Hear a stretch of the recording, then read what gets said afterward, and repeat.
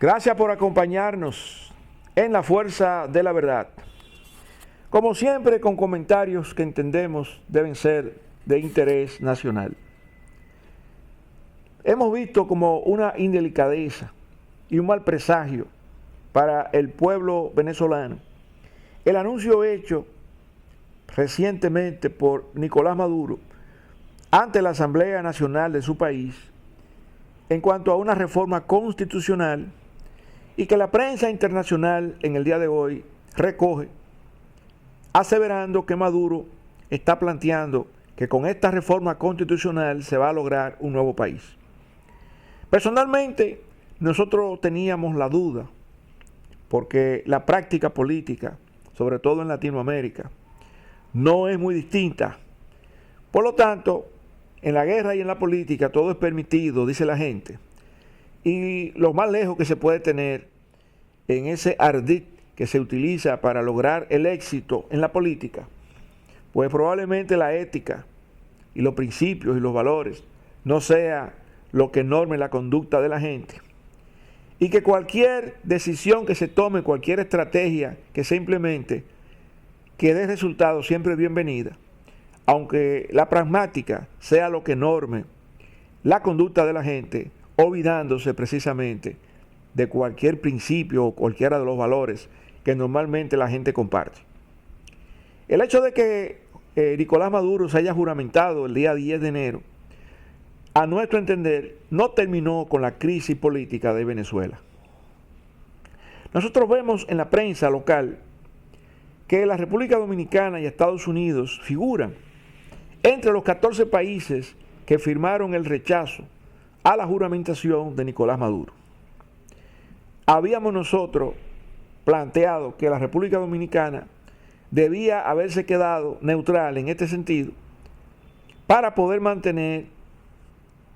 las mejores relaciones posibles, independientemente de quién sea el presidente en Venezuela. Así como, por ejemplo, el hecho de que no se apruebe una juramentación, se puedan mantener relaciones cordiales, ya que la fraternidad,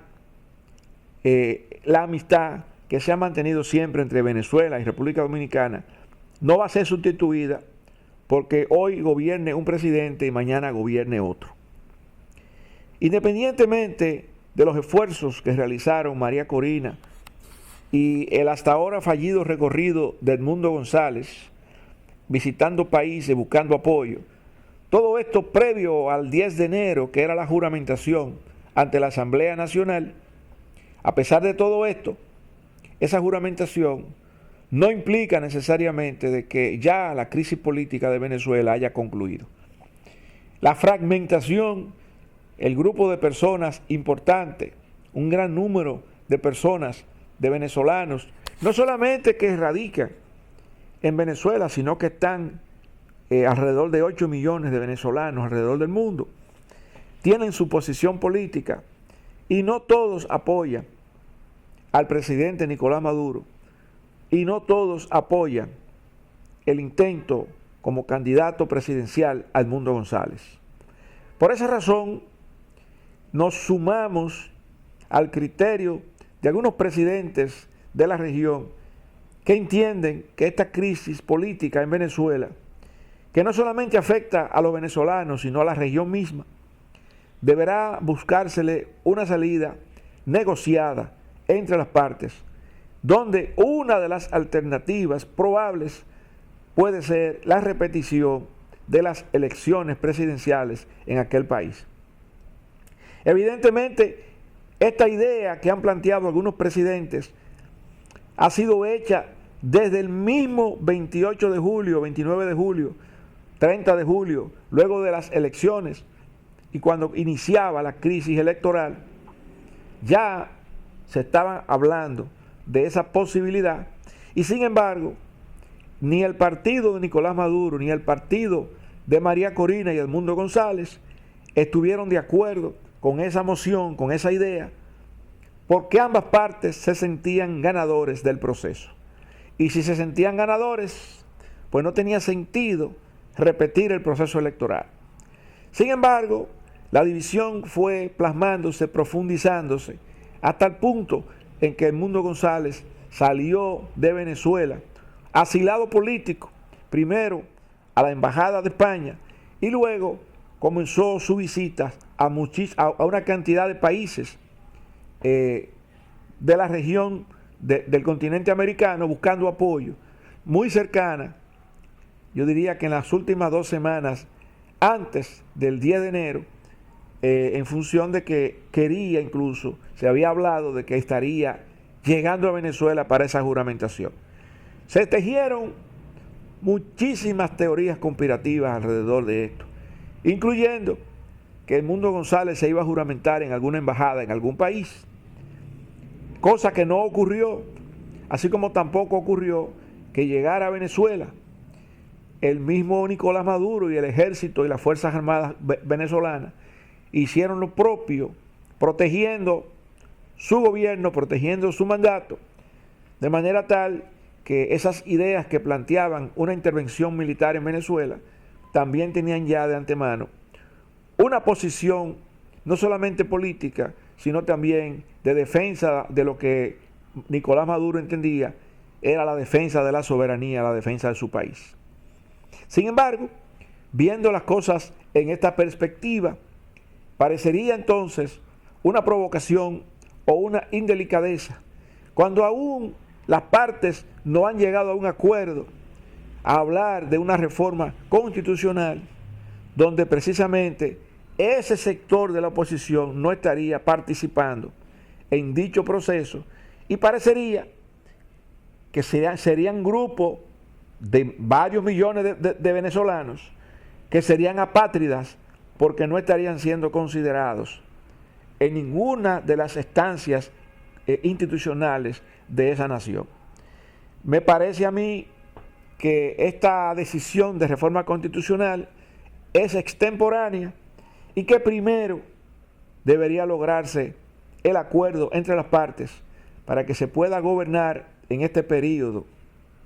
o en el periodo que se acuerde, en el caso de que se pueda lograr un gobierno compartido,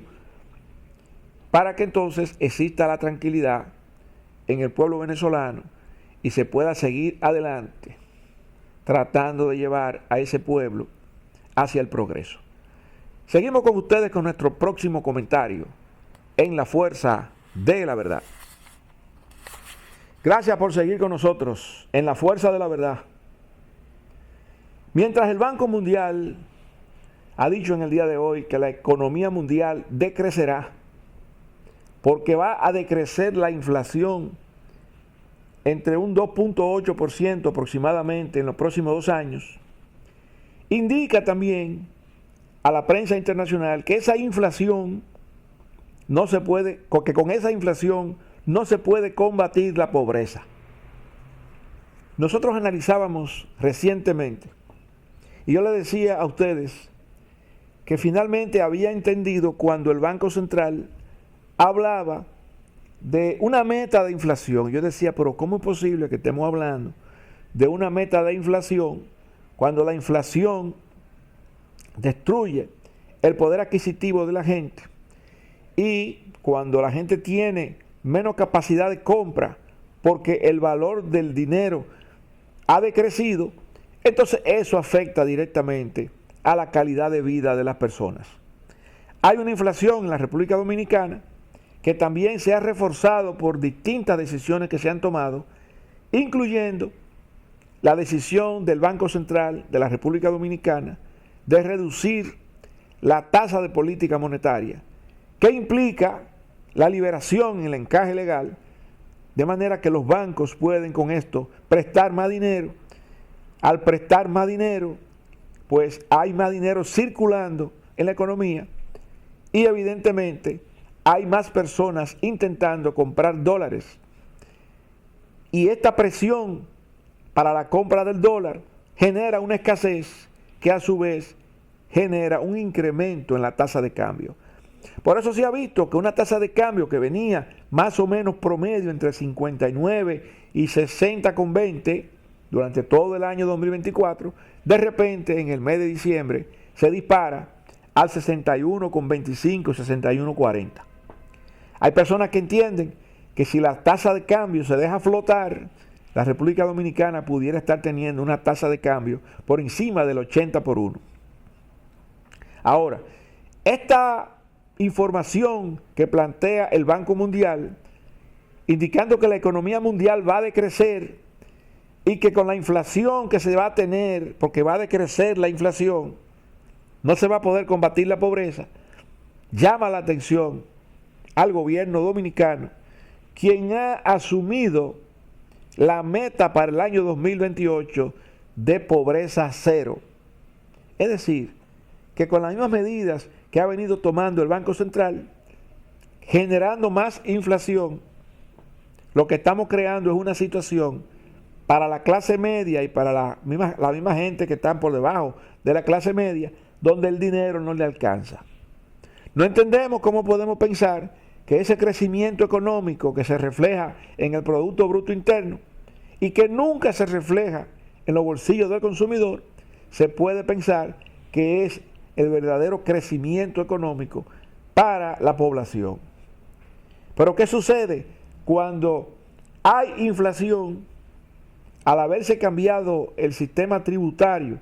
para aplicarse a través del ITEVI y lograrse a través del ITEVI la mayor cantidad de las recaudaciones, en la medida en que los precios suben, el valor de las ventas sube y por lo tanto el gobierno recibe más dinero como consecuencia del pago del ITEVI. De repente,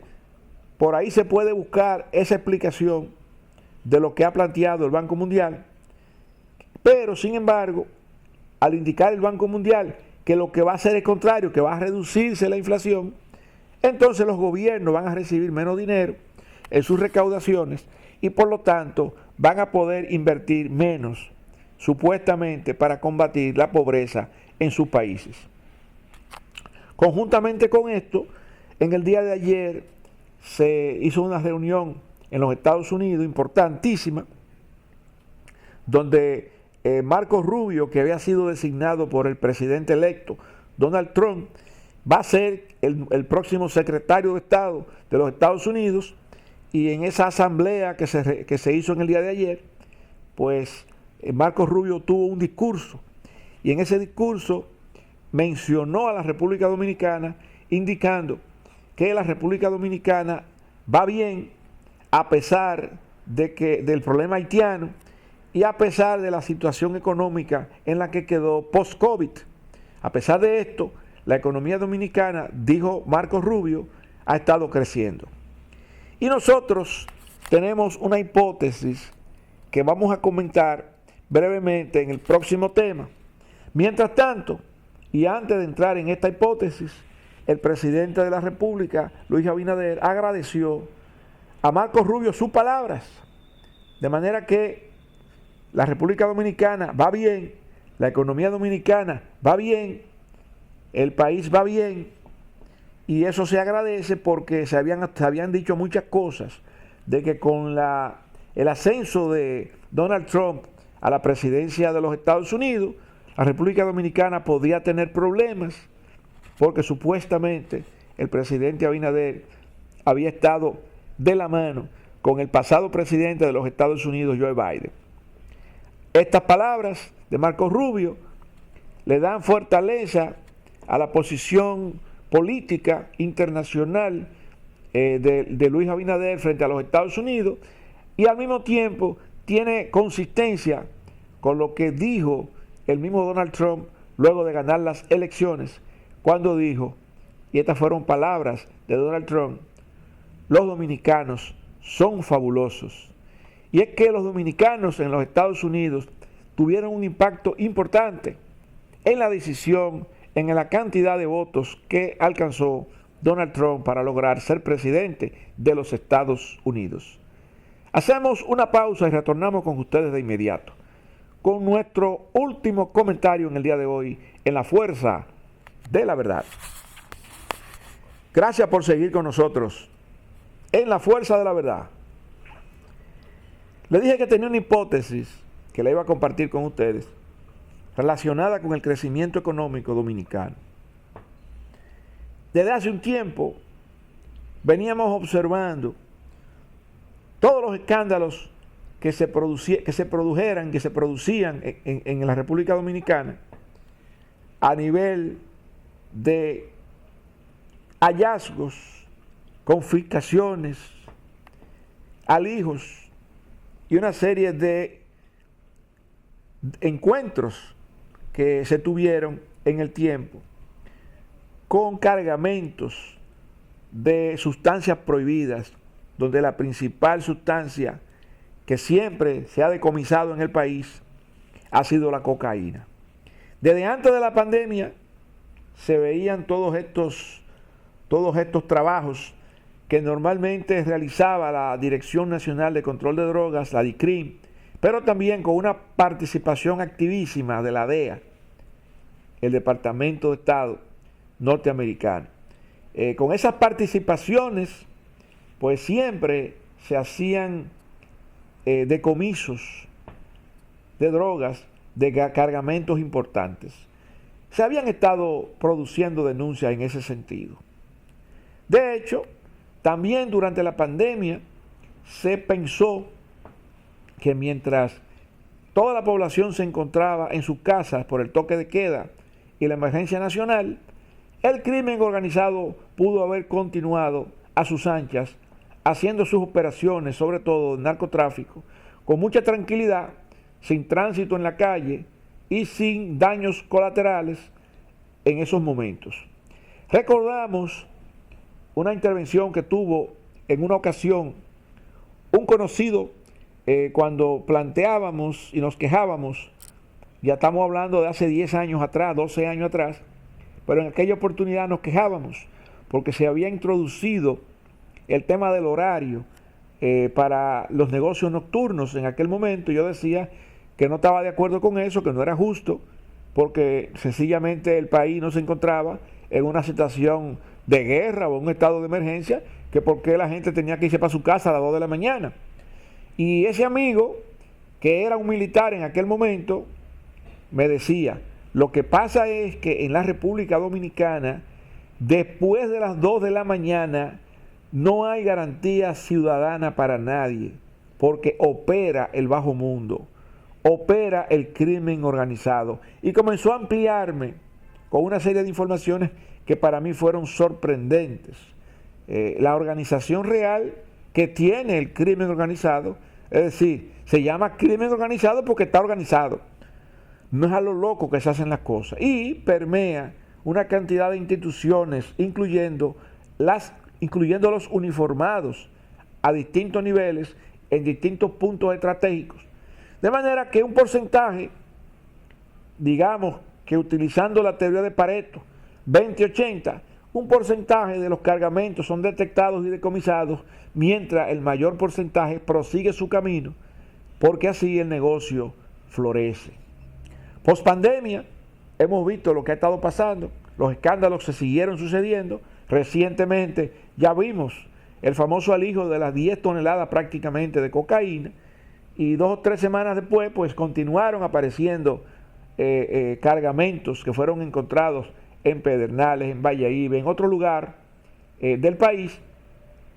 con 600, 700 kilos. Es decir, que seguimos teniendo ese problema. No fue mentira aquello que dijo en su oportunidad el expresidente Danilo Medina, cuando los cuestionaron sobre estos temas, y entonces él decía que los Estados Unidos, porque era una polémica que había entre palabras del presidente Danilo Medina en su momento y quien era presidente en los Estados Unidos en aquel momento, o quien era el secretario de Estado, que cuestionaba el trabajo que hacía la República Dominicana para el combate de las drogas. Y entonces el presidente en aquel entonces, Danilo Medina, contestaba diciendo que si la República Dominicana tenía 4 carreteras especializadas para el tránsito de la droga, los Estados Unidos tenía 10 avenidas para recibirla. Es decir, que se dijeron, parece ser, algunas verdades. Eso fue sencillamente utilizado para fines políticos, para capitalizarlo, pero no dejó de ser cierto el tema de los hallazgos que con cierta frecuencia se daban y los decomisos que se producían. En la actualidad estamos viendo claramente el tema del narcotráfico como ha tenido un auge en el país y siguen apareciendo alijos y siguen reproduciéndose decomisos. Ahora, desde el punto de vista del crecimiento económico, nosotros decíamos, ¿y qué pasaría si se elimina desde el punto de vista cuantitativo, financieramente hablando, si se puede diagnosticar, si se puede determinar el impacto del dinero que si comienza a circular en el mercado financiero nacional, fruto del lavado de activos? ¿Y qué pasaría si ese lavado se elimina y cuál sería su impacto en el Producto Bruto Interno, que a su vez redeterminaría el crecimiento económico de nuestro país? Nosotros creemos que tanto los Estados Unidos, República Dominicana, Colombia y una gran cantidad de países tienen una doble moral con el tema del narcotráfico. Luchan por tener el control del negocio, no por combatirlo. Es decir, controlar lo que está dejando dinero en lugar de matar a la gallina de los huevos de oro. Por esa misma razón, tiene sentido el tema de los horarios, porque con el tema de los horarios se evitan daños colaterales. Yo recuerdo que cuando ya estábamos volviendo a la normalidad, así se le llamaba, al volver a las actividades cotidianas luego de la pandemia, pues hubo choques, porque aquellos que se acostumbraron 2 años a que la gente estaba en su casa, y mientras estaba la gente en su casa hacían cualquier cosa y crecía necesariamente ese negocio en el bajo mundo, y solamente habría que buscar el milagro económico de la República Dominicana entre el año 2020 y el 2024, entre 2020 y 2022, digamos así, para entonces llegar y caer en cuenta de que a pesar del cierre de los negocios, a pesar de la caída en el comercio internacional con las importaciones y exportaciones de bienes y servicios lícitos, a pesar de eso, sin embargo, la economía dominicana no se deterioró, que fue lo que dijo precisamente hace poco, hace un par de días, Marco Rubio cuando felicitaba a la República Dominicana, indicando que a pesar de la pandemia, que a pesar de Haití, la República Dominicana ha podido mantener un crecimiento económico. Al parecer, esta hipótesis pudiera tener cabida, pudiera tener asidero, habría que determinarlo, habría que establecerlo. Para eso están los controles en el sistema financiero nacional, pero sencillamente, mientras tanto, es una hipótesis que tenemos sobre cómo poder explicar ese milagro de la economía dominicana sin tomar en cuenta otras variables distintas